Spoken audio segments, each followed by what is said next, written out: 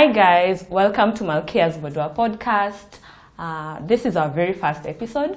I know you just watched an introduction video of us. So as you know, ladies, we all met through work. We spend majority of our time together. 10 hours a day, we are stuck together. Whether we like it or not. It's spent a lot of time together compared to even the way we spend time with our families. And when you spend time together like that, of course there are positive and there are negative experiences that comes along with it. So since our relationship is founded off work, and then now we had like a good relationship off of it, we'd like to talk about work experiences, toxic work experiences and positive work experiences. So ladies, where do we start from? So I'm going to start with the positive experiences we get from work. So I believe work is a place where we network. We have formed strong friendships because of work. Basically, us guys met at work, and then you get to share ideas. This podcast was born because we met at work, right? So I'm going to share one story, one experience of a positive work experience that I've ever gotten. So in 2020, I got an opportunity to work with someone, an investor from the US. He was trying to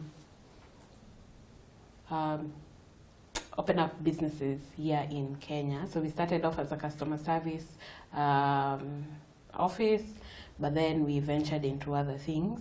So I got to learn a lot because he would let me give him ideas, what would work. So my business mindedness, I believe, opened from that time. So he would ask me what works now. So we did an Airbnb, and I got to design and look for a place and build that business from bottom up. He started a lingerie business. He taught me how to post on websites. He taught me how to make logos. I also did the logo for Malkia's Vodua and our CBO that is coming.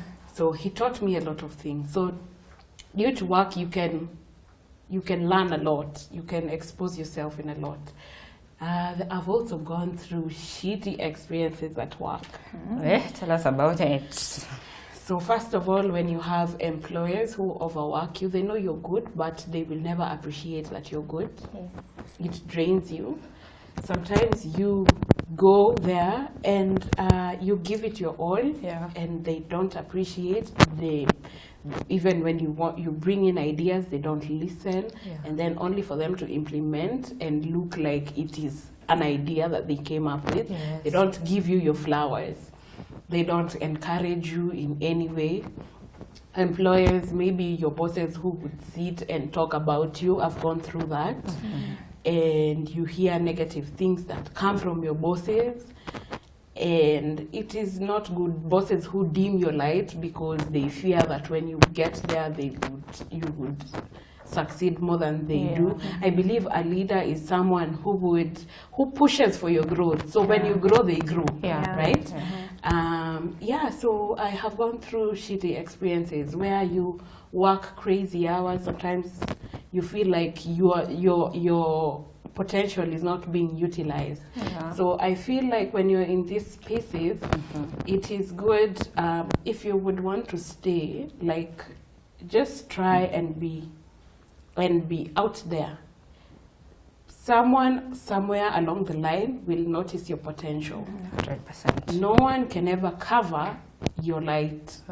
So just be positive. If it's something that you really love, try and venture into it, and also try and maybe if you can do it on your own, try and practice it. And maybe it can grow to something that you never imagined. It will. And also I feel like if you feel like that's the end for you, for the sake of your mental health and everything, you can just maybe quit and maybe think of something else. I mean, Sharon, I 100% agree with you. A lot of times when you're at a workplace, you think that's your beginning and that's your end. If you live there, you're going to drop dead. And I don't know where that mentality comes from. because we are talented. I mean, someone has hired you, they believe in you. Yeah, they're believing you. Yes, you have what it takes, but somehow in your mind you're programmed to believe, I step out of here, I'm not going to make it, and that's never the case. Yeah, so I mean, I'll give my example. I maliza uni, I graduated, and a lecturer referred me to a workplace. I was like, hey, this is a blessing, because muskia watu wana tamak, sijui 5 years. Oh, kuna watu wana tamak 4 years. Where? I was like, hey, the God of my mother, this God that my mother wakes up at 3 a.m. to pray. Ni kama huyu Mungu alikuwa anasikiza. Imagine amenipatia kazi na graduate tu hivi na kazi nimepata kazi. And in my line of work, I was like, this is a blessing. It was a blessing and it was a curse at the same time, guys. Because first of all, wanaona mtu mwenye ametoka university, a very naive 24-year-old, ama sijui 23-year-old, very green. Yes. Yeah? So you don't even know how to negotiate your salary. True. But unaingia and you're made to do work that someone who's qualified, they're made to. Actually, you're made to do donkey work. You're made to do donkey work. And me, I don't mind because I'm a writer. You guys know that. I love writing. True. I'll finish my 10-hour shift. And you go and write. And I go and write. If I don't write, I feel sick. I'm like, so one day you remember I was telling you, I've not written for a week. It means something's not right with me. You get? So I loved what I did. And my boss knew I loved what I did. So they take advantage of that. They see your ambition and they take advantage of that. So you're underpaid, you're overworked. I remember, imagine your boss calling you maybe at 11 a.m. Yeah, and if you don't pick up, that's 11 p.m. Sorry, 11 p.m. You don't pick up, that's like such an offense. 11 p.m. Yes, 11 p.m. And you've been at work from 8 a.m. Maybe umetoka at 9 p.m. And they have no disregard for the fact that you're a human being. They're calling you from their home when they expect you still deliver like you're in the office. Yeah. So I mean, it was a lot. It was a lot, guys. And I because you remember, I what I've learned from it is tunaambiwanga when you go for an interview, ask your employer, potential hire, how is the turnover here? Because I remember the turnover of the place where I was working. Mtu angekuja 1 month out. Mtu anakuja 2 months out. Mtu anakuja 3 months out. It's because they can't bear what's going on there. But unang'ang'ana unasema acha nipambane na hali yangu. But that person is so toxic, they shout. You know, okay, kuna kwanga na ile pressure ya work. And that's why where we work right now, nasemanga kuna kwanga na ile pressure.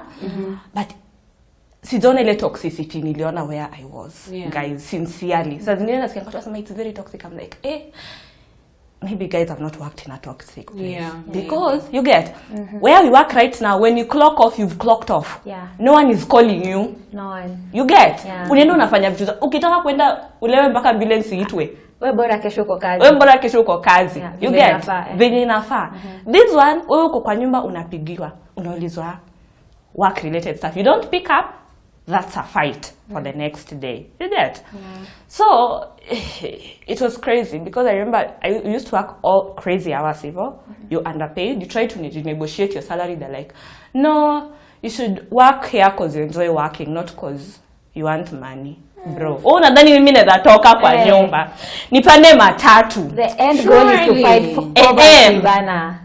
In the AM. Alafu unaniambia I work because I love work. Where? I love money. Bro. No, okay, you're passionate about it. I'm very passionate about writing. I'm very passionate about writing. But don't tell me I'm working because I love. No, I'm working so that I can pay my bills. Love for writing won't pay my bills. True. You get? What will pay my bills is what is in my bank account. And if I'm seeing that the people who are in my line of work, maybe they're paid this certain amount of money, and yet I'm paid maybe quarter of it, and when I try to argue it out, unasema you should work here because you love working. Doesn't make sense. It was too much. Unaambia mzazi this is a lot, they're like, nah, wewe ngangana tu na hali yako hapo ndani. But you know the difference with our parents is that our parents have worked in the same place for years and years and years. And it's because the policies they had, were I feel like they were better. They were sort of and protected. There's some sort of respect in the organization Yeah. that I worked with. Yeah. Much different now Very for some different. organizations. Yeah. Some organizations are still good and people work there for years and years, but there are some. Yeah. Okay, to echo what Marianne was saying about turnover, Yeah. I feel like if you go to a company Yeah. and you find out that turnover, like wase kazi tu ni kuvutwa every time, that's a sign of a toxic work That's a environment. red flag. Ukiona tu either watu wanavutwa or They're leaving. quitting. Yeah. That's Actually a quitting. sign. Yeah, kwanza quitting. That's a sign of a work environment, a toxic work environment. Yeah. For instance, me, there's a place I used to work. Every time, like nimeingia kama leo, kumbe there's someone who was in that same position 2 weeks ago, ali resign. So people were resigning, and I was like, since nimetafutiwa, connection, you're like, you don't want to disappoint the one who alikutafutia your job, you don't want to disappoint your parents, you need to get your own money and everything. So unavumilia hapo. You end up doing a good job. The bosses see that you're doing a good job, but at the end of it all, badala hata waku promote, what they do is that they add kazi on top of kazi. If you try to negotiate your pay, unaambia kwanza, they like telling you, car for 3 months, then we will talk about it. Lies. Ama tunakuweka for probation, then after that unamaliza hizo 3 months, 6 months, hakuna kitu inafanyika. Some places are toxic and some bosses are really toxic. Sure. For example, pia I've been in a place where you see the boss coming, unashtuka. Tumbo inachemka. If you are working well, akili yako inaruka. Hadi unachanganyikiwa. An adult who pays their own bill. Unaona mtu tumbo inachemka wapi? Sharon ni kama hajapata toxic wake environment. I used to work, tulikuwa tunaingia 6 am. Na tulikuwa tunatoka hadi 2 am. Yani masharia mlikuwa mnawaka mnaenda ni kama mnazunguka I'm still in my father's house. Bado nina kula chakula yake. I had to quit. Okay, the reason why I had to do that is because there's a time nilifikanga around 1. Unaona ile you're so tired nikazima kama nimewasha gas. What? Niliamka, it was around 1. Niliamka kitu 4 kama gas iko on. Kenye ilikuwa kwa sufuria iliisha. What? Nikajua This is it. Yeah. Then nilikuwa nagonjeka. You're working but your money inaenda tu. Ukienda hosi you're being told it's fatigue. Kishafika hiyo point, Where you get to work and your head is just spinning. But I've also been in good nini. Yeah. I have very positive experiences za job pia, because I also had a boss who used to make sure I grow every day. Kwanza kama sijui kitu ataniambia, Wanja Masharia, go do this. Unaambia boss like, hii inafanywa jana, nakwambia you go, najua unaweza, do it. You got this. Yeah, na unaifanya perfectly, anakuja anakuambia, I am proud of you. Wow. So he made me grow. And I'm so happy because I had a good boss. Yeah. So we pick the good things and the bad things and we learn from them. Yes. I think what we've gotten from this is ukitaka tu kujua kwanza toxic workplace, ukiona tu mtu anaingia na kutoka ni kama anaingia choo. Wewe jua tu hapo hauna future. Na ukienda job every time Monday inafika Unachoka. You feel like you're sick. You feel like you're dying. Yeah. You feel like unarudi high school. Yeah. Guys, Really remember, need to work on that. even in toxic workplaces, not the bosses peke yake wanakuanga toxic. You can also have friends and colleagues who are toxic. That's why we are told, that are built around that place. That's why we are told, unafa ujue your friends, your colleagues, Thank you. separate. Yeah. Because there's some people watakumiss. Wanja, I remember this person who straight up told me to my face, when you want to go to the washroom, go tell your team leader that you want to go to the washroom. Marianne, Awino Kisera. At this big age. Please tell me I go to the toilet. I go to a male team leader and tell this team leader, tafadhali nataka kuenda choo. Here? And of course, that doesn't come from the top. It's just this toxic supervisor. They feel like they need to assert their dominance. Or you get, or they're trying to get a reaction out of you. You get. Yeah. So there are people like that, but you need to learn how to also handle them. Wanja Masharia. Yeah. You had an experience with this person as well. I remember when she came to me and told me that nonsense. I was just like, okay, because I know this is bullshit that you can't back it up. Mimi, when I want to do something, I'll do it, yeah? But now you see when you get defensive or when you tell them, ebu nitoke na hizo bullshit zako. Now unakuwa mwenye makosa sasa out of nowhere. You get, sasa out of your being vulgar at work. You get. So you need to also measure how you're going to react to this kind of people and how you can be able to resolve this kind of things, in as much as they're offending you that bad. I remember our team leader mwenye sahi ametoka kwenda kuwa a bigger, you get, alisema, and I took this to heart. He was very religious. He was saying, this job that I have right now, it's an answered prayer. You get? Treat it as such. Don't disrespect where you work. That's the thing that's paying your bills. So you need to keep that in mind. Hata mtu akikudisrespect kiasi gani. You know, I need to handle this in a situation where I'm going to keep my job. I'm going to keep my job. Yes. So we need to learn how to deal with this kind of people. Toxic people and toxic bosses. But overall, Pia, we have like very good experiences in these kinds of places where we make best friends, we make life partners, and stuff like that. So basically, guys, you can also share with us your work experiences, whether negative or positive, and let us build each other on this. Okay, I feel like if you are a good boss and your juniors get promoted, you will, depending on how you treat other people, you'll be able to treat other people well. So if you are a good boss, you communicate well and you solve your issues well with your team and everything is going to be perfect hapo kazini. And I feel like it also shows, if you're a good leader, it shows by the kind of people you're leading. They grow more. And everyone wants to stay. It is so hard for people to just believe it. You'll be guilty when you So if you're good at what you do, I believe that no one can ever dim your light.